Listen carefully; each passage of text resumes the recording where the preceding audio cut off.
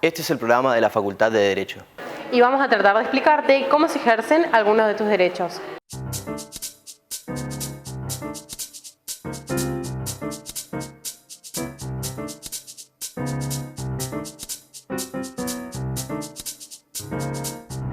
Bienvenidos a un nuevo programa de Hablemos de Derechos.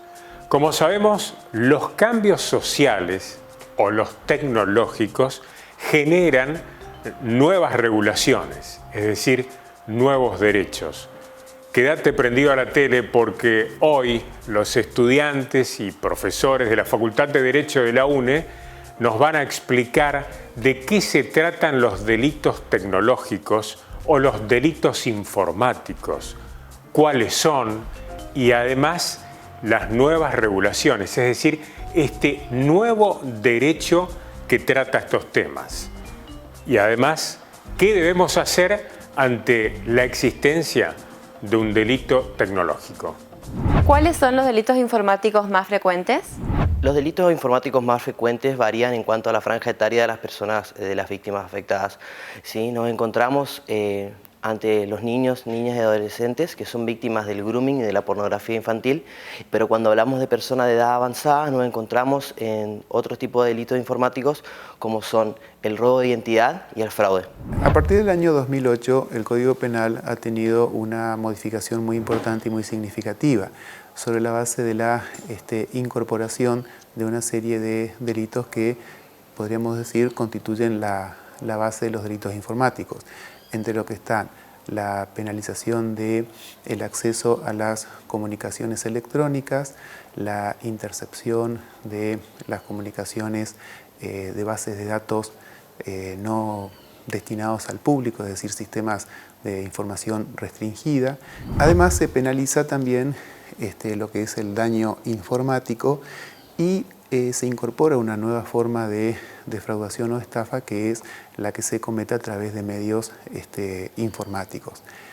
En esto también habría que, me parece, hacer una distinción sobre la base de que hay una serie de comportamientos que habitualmente se realizan a través de medios informáticos, pero que no constituyen estrictamente delitos informáticos.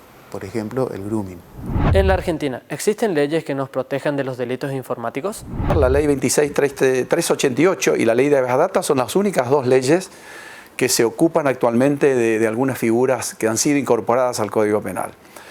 Sé que existen varios proyectos que están en el Congreso de la Nación que tienen algunos trámites legislativos que intentan o pretenden introducir también nuevas figuras relacionadas con el mundo de la informática o el mundo digital, como por ejemplo el sexting, el hostigamiento. Se acaba de sancionar hace muy poco tiempo el acoso callejero. El moving no está exactamente tipificado, pero sí se puede, digamos, inferir de algunas figuras como la coacción, por ejemplo. Pero bueno, ese es un poco el panorama. Bastante pobre, por cierto, en la Argentina, no como en otros países europeos o Estados Unidos, donde la informática ya ha sido incorporada a las leyes penales, ¿no? El Código Penal contiene tanto disposiciones penas que van teniendo como objeto a personas que justamente cometen delitos informáticos, y en este caso con la ley 26.388 se fueron complementando cuestiones sobre la integridad sexual, sobre delitos sexuales y sobre delitos con referido a la información personal de la persona. Tenemos que dividirlos en, primero, lo que son delitos contra la integridad sexual, que se pena a la persona que distribuye, financia, produce, dirige, cualquier grabación, cualquier hecho, cualquier producción que tenga que ver con menores de 18 años. Y también se pena, con una menor escala, a las personas que poseen estos videos. Uno no tiene en cuenta que es algo muy normal, muy común esta distribución. Por ejemplo, uno no tiene una autenticación con respecto a las personas que salen en videos pornográficos, por ejemplo. Y esas cuestiones, si nos vamos al pie de la letra, al pie de la ley, serían penadas muchos tipos de personas, debido a que uno no tiene de forma fidedigna la edad de las personas que aparecen en este tipo de videos. También se pena a las personas que entran en sistemas de comunicación, que aprovechan esa información y que van directamente a la distribución, a la publicación. Inclusive se agrava cuando una persona sustrae información privada de una cuenta de Facebook, de Instagram, de Twitter y la publica. Es algo muy normal inclusive también, sobre todo normal, pero entre paréntesis, una cuestión totalmente enfermiza, que suele suceder entre parejas de ingresar en las cuentas privadas de esas personas y estarían incurriendo en una pena contemplada hoy en día en el Código Penal. ¿Cómo y en dónde se pueden denunciar los delitos informáticos? Bueno, depende el lugar de la comisión, porque, ¿por qué digo esto? En nuestra región, por ejemplo, por lo menos en Corrientes, que no hay fiscales especializados en delitos informáticos o en cibernética, la denuncia se puede hacer en cualquier autoridad que esté capacitada, que tenga competencia para recibir una denuncia penal. Puede ser la policía, puede ser el juzgado o el Ministerio Público. Ahora, si fuera en Buenos Aires, por ejemplo, en la capital federal, sí hay ministerios públicos especializados en informática que tienen competencia para recibir denuncias. ¿Qué es el sexting y cuáles son sus riesgos? El sexting es el intercambio de videos y fotos entre dos parejas, que en principio es algo privado, pero luego se puede transformar en el público debido a la viralización de los mismos. El sexting no es un delito, en sí mismo, pero puede constituir alguna de las figuras que sí están contempladas como tales en el Código Penal, por ejemplo la divulgación de fotos no autorizadas por la persona, digamos, que aparece en ella, ¿no? ¿Se comete algún tipo de delito si se viralizan fotos íntimas? El delito no, es decir, sería una infracción a una ley que sería la ley que preserva la intimidad de las personas, pero no es un delito. Puede generar consecuencias civiles, pero no penales. ¿Cuál es la edad adecuada para tener redes sociales? Depende del país. Depende del país. Acá en la Argentina, y depende la aplicación de qué se trate, o la red social de qué se trate. Por ejemplo, en la Argentina se puede tener a partir de los 13 años de edad. En general, pero ahora sé que WhatsApp ha estado haciendo unos intentos de subir la edad a los 16 años. Las redes sociales pueden ser utilizadas a partir de los 13 años, pero hay que tener en cuenta qué cuidado se hace sobre esas personas. No pasa por una edad adecuada, sino por una mentalidad adecuada. Uno no puede estar publicando toda su vida privada y también tiene que hacer un uso medido. ¿Cuál es el límite en las publicaciones de las redes sociales? En primer lugar, creo yo, no difundir su clave, es decir, y tratar de impedir que se publicite su clave, es decir, mandar claves por correo electrónico, por WhatsApp a algún amigo, a alguna compañera, etcétera. Me parece que son riesgos innecesarios que se corren y pueden producir después generar delitos informáticos, es decir, puede ser un robo de una clave y usar la tarjeta de crédito de uno, ¿no? Entonces, yo creo que esos riesgos hay que evitarlos de este modo, ¿no? ¿Qué se debe hacer ante un caso de usurpación de identidad en las redes sociales? A través del robo de identidad, lo que uno tiene que evaluar es qué delitos se cometen más estrictamente y a partir de allí, obviamente, articular las denuncias correspondientes en función del delito que se haya cometido. En primer lugar, la usurpación de identidad o el robo de identidad, como se conoce comúnmente, no es delito en Argentina actualmente. Sé, como les decía hoy, que hay algunos proyectos, varios proyectos en el Congreso pretendiendo introducir esta figura al Código Penal, pero hasta ahora no es, digamos, hay un vacío legal desde el punto de vista penal en ese sentido. ¿Y qué se puede hacer? La denuncia para evitar daños económicos, daños a la imagen, daños al honor de uno que se puedan cometer a través de las redes, ¿no? Entiendo que las propias redes sociales tienen sus sistemas de denuncias cuando alguien está utilizando la identidad falsamente de otra persona.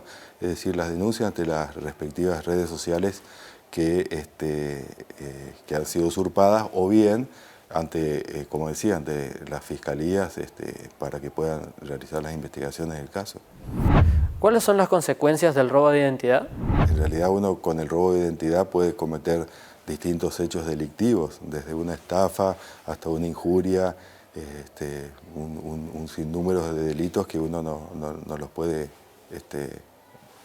establecer correcta o adecuadamente, digamos, o en términos generales para ser más preciso. Si creo un perfil falso en una red social, ¿es un delito? No, la creación de los perfiles falsos no. Eso nos constituye básicamente un comportamiento penado. ¿Qué es el grooming? Grooming o ciberacoso sexual infantil consiste en que una persona mayor de edad contacta a través de las redes sociales, otro medio de comunicación, puede ser por cualquier vía de internet, a una persona menor de edad con la intención de abusar posteriormente sexualmente de ella, accediendo a ella, tratando de ganar su confianza, para luego conseguir datos personales que pueden llegar a que se cometa el hecho ilícito.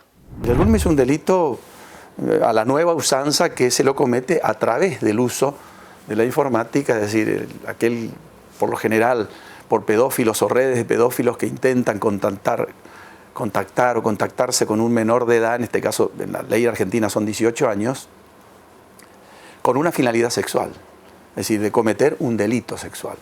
Ese es el grooming. ¿El grooming es un delito? El grooming es delito. Está tipificado en el artículo 131 del Código Penal y constituye sí, una conducta penada por el Código Penal a todo aquel que a través de medios informáticos o de telecomunicaciones contactare a un menor con un propósito o un fin de afectar su integridad sexual.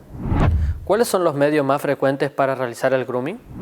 Y los medios establece la ley, pero puede ser cualquier medio electrónico. Los medios que se utilizan habitualmente de las redes sociales son el Facebook, el Twitter, el WhatsApp. Son medios electrónicos en los que se puede contactar habitualmente hoy a una persona. ¿Cómo debo actuar frente a los niños cuando son víctimas de grooming? Ante un niño que ha sido víctima de grooming, lo primero que debemos hacer es resguardar la evidencia. Segundo, debemos realizar la denuncia correspondiente, que puede ser realizada en la policía, en la fiscalía o en la Comisión Especial de Delitos Electrónicos. ¿Qué es el ciberbullying? El ciberbullying es una problemática actual que nos acecha en nuestra sociedad, que puede ser tanto para jóvenes, adolescentes y niños. Es toda amenaza o intimación o violencia hacia otra persona que se ejerce. ¿Qué hago si alguien de mi entorno, amigos, familiares, sufre de ciberbullying? Si alguien de mi entorno sufriere ciberbullying, lo que yo recomendaría que hable con los padres y que los padres asesoren y comenten esta problemática a las autoridades de los colegios. Mayormente se dan en adolescentes y niños y jóvenes de todas las edades.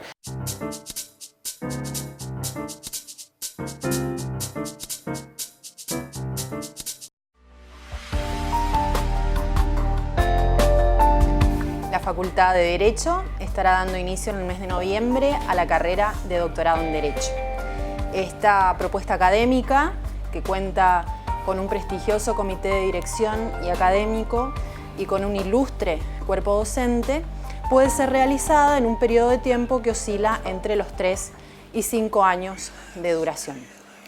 Las carreras de doctorado, al menos hasta la actualidad, se caracterizan por estar destinadas a la formación para la investigación científica. Y, en concreto, nuestro doctorado en Derecho está pensado para los profesionales de las ciencias jurídicas que estén interesados en lograr la obtención de un aporte, de un conocimiento original, novedoso, inédito, en el área del derecho de su preferencia, de su elección, y que a su vez pueda constituir un conocimiento que logre innovar en los modos de dar respuesta a los problemas que presenta el derecho actual. Todo ello en un contexto de excelencia y de rigor académicos. En este sentido, el doctorado en Derecho tiene como propósito fundamental lograr el fortalecimiento académico y la consolidación en la formación tanto de investigadores como de docentes. Las inscripciones ya están abiertas. Los interesados pueden acercarse a la Secretaría de Posgrado, cita en Salta 459 de la ciudad de Corrientes. Pueden llamar al teléfono 4422-646 o escribir al correo electrónico doctorado.dchune@gmail.com.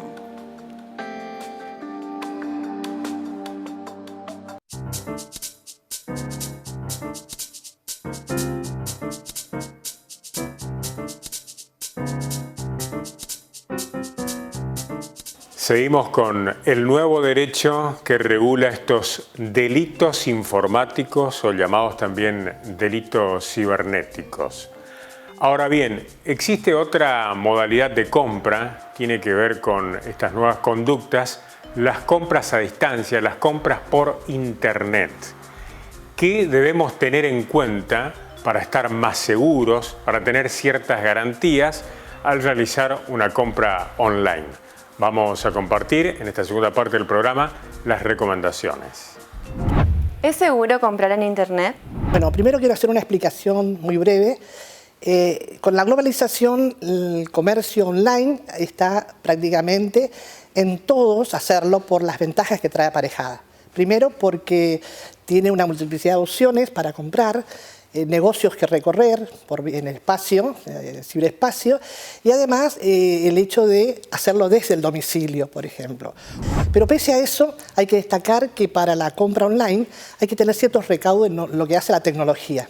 Primero y principal, la PC tiene que tener un sistema operativo actualizado. ¿Y qué sentido tiene esto? Que las actualizaciones traen como ventaja que superan aquellas inseguridades que tiene el sistema del ciberespacio. Y otro, tener un buen antivirus y un anti-spyware para evitar que esos software maliciosos puedan tomar sin el consentimiento y sin saber el usuario datos que son de interés en orden bancario o financiero que pueden causar muchos perjuicios. ¿Cómo puedo saber si una página web es segura para comprar un producto? Hay ciertas reglas a ser observadas. ¿Cuáles son esas reglas? En primer lugar, la identificación de una página segura está en la sigla que debe tenerse en cuenta, que es HTTPS. Los dos puntos, barra invertida, www y el dominio que tiene, ¿no? Pero unido a esa seguridad de la página, me está señalando que ahí hay un contacto entre la PC, con el IP identificado, y la tienda con la cual se hace la contratación. Otra seguridad para ver la ventaja de hacer la transacción con la página, está un pequeño candadito que suele estar en el margen izquierdo, de color amarillo, donde uno, haciendo un clic doble, se despliega y ahí señala el nombre de la página o del portal, por ejemplo, Apple, INC. Me está diciendo quién es el propietario, Apple, la sociedad Apple. Aparte me está diciendo cuál es la autoridad certificante, Symantec Corporation, por ejemplo. Y me da el lugar, Cupertino, California, Estados Unidos. Eso me da la garantía de que esa página está en el portal cumpliendo todos los recaudos. Garantía a los usuarios. Todas esas páginas, por ejemplo, tienen que guardar estas condiciones, pero además tienen que prestar políticas de seguridad para los usuarios, porque tiene que decir cómo va a proceder para las entregas, cómo va a proceder en el caso de que no satisfaga al usuario los productos que fueron requeridos, los tiempos de tránsito de las mercaderías, la efectividad del pago. Por lo que se recomienda que en esas políticas de publicación que tienen las páginas, tienen que estar establecido un servicio de postventa. Servicio postventa en el sentido que yo pueda hacer el track and trace, el recorrido histórico de todo y saber dónde está el producto y el pago efectivamente realizado. Normalmente las páginas seguras tienen todo lo que tenga que ver con, por ejemplo, comunicación en chat, correos electrónicos y ese contacto directo con el vendedor. El vendedor que da las calificaciones personales que determina por los comentarios que hacen los usuarios que lo ponen en un plano de tener cierta garantía de que se va a cumplir el servicio. ¿Cuáles son las medidas de seguridad que debo tener en cuenta para poder comprar de forma segura en Internet? Hay una prevención que debe tomarse, que debe tener alerta. Todas estas páginas seguras no mandan mail, correos electrónicos por fuera. Entonces, ¿qué pasa cuando ustedes reciben un mail pidiendo los datos, por ejemplo, tarjeta, CBU o algunos datos personales? No deben hacer ningún tipo de clic en los enlaces, porque esos son prácticamente los que sustraen la información con fines fraudulentos. Cuando hace una compra online, no lo tiene que hacer en una PC ajena.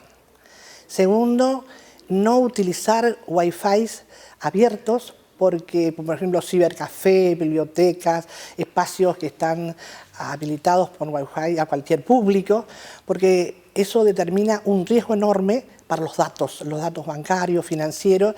Por eso destaco y puntualizo la necesidad de tener estas precauciones. ¿Qué se puede hacer en caso de que reciba un producto distinto al que yo acordé o pacté en Internet? Lo primero que tiene que hacer es comunicarse con el vendedor. Si no tiene respuesta, entonces allí tendría que recurrir a las intimaciones a través de la Asociación de Consumidores y como última instancia, que después de haber agotado todos los caminos, ir a la parte judicial de la cuestión. Normalmente todas las páginas tienen formularios de reclamos que se canalizan la primera vinculación con el vendedor para poner de manifiesto la insatisfacción del producto comprado.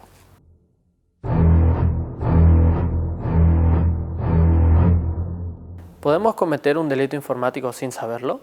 En principio no, es decir, habría que ser un experto para introducirse en la vida informática de otra persona, digamos en el mundo informático de otra persona, en las claves, en los correos, etcétera. No creo que cualquiera lo pueda hacer. Debe tener mínimamente conocimientos en informática. Pero sí se puede cometer cualquier persona un daño informático contra los elementos duros del equipo, digamos, del software, no del hardware, ¿no? Que serían los elementos lógicos. En esto último tendrías que tener, creo yo, mínimamente conocimientos en informática. Hasta aquí los acompañamos hoy con Hablemos de Derechos y la activa participación de los estudiantes y profesores de nuestra Facultad de Derecho de la UNE. Les recordamos que pueden colaborar haciéndonos llegar sus comentarios o también proponer algún tema que sea de interés a través del hashtag del programa que figura allí en pantalla. Nos vemos el próximo encuentro.